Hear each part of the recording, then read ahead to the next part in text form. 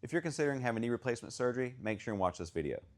One of the things that you're really going to work on is walking. Walking typically more is better unless otherwise dictated by your physician. You're going to typically have one of these rolling walkers with the wheels on the front. In some cases, a patient may have a rollator, those forward rolling walkers, whatever is deemed safe for you as far as your stability and confidence. You're going to use a walker. Walk as much as you can, as often as you can, because that does help with the entire recovery process.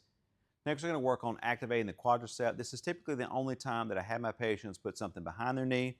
So I have a towel that's rolled up. It's going to go behind the knee here. And you're going to focus on tightening up the thigh, really tightening that up, pushing the back of the knee down into the towel. So initially, if you don't have a towel or it just doesn't feel comfortable to have the towel back there, you can just focus on tightening up the knee, trying to get the knee down as flat as you can, because we don't want to lose any of that terminal extension or that in-range extension of the knee. Really going to focus on that. You can perform that several times a day throughout the day. That's a nice, easy, and safe exercise that you can perform. These are called ankle pumps, and they're great to improve blood flow, fluid to the area, lymphatic flow. So what you're going to do is work on pulling the toes and foot back, and then back down, pointing your toe, pulling it back. That's something you can do just throughout the day, maybe 20, 30 repetitions. You can do that on the surgical side and also on the non-surgical side. That doesn't hurt, just to incorporate some additional movement and again, kind of activating some of those muscles in the lower leg.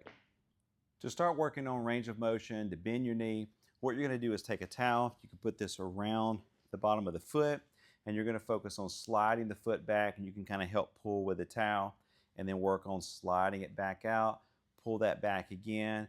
That's something you can go typically as far as you can tolerate. You're not going to overdo it. That's one of those things where your body's going to kind of let you know. So you can go as far as you can, and then straighten your foot back out. That's easiest if you're in just a sock foot, or if you can't get that to slide on the floor, you can also put a little baby powder on the floor and with your sock to kind of slide back and forth. Just be careful if you do that, not to get up and slip and fall on the baby powder. This tip is really important. You want to avoid putting a pillow behind the knee if possible. It's better to put it down, under the calf, the distal leg here, under the heel, to kind of float the back of the knee, to allow that knee to kind of settle, because by putting that behind the knee, you're going to encourage some tightening of both the hamstrings and a muscle called the popliteus muscle.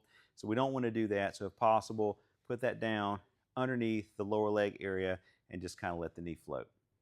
Thank you so much for watching. I hope this video helps to optimize your recovery after having knee replacement. Be sure and hit that follow button, and thanks again.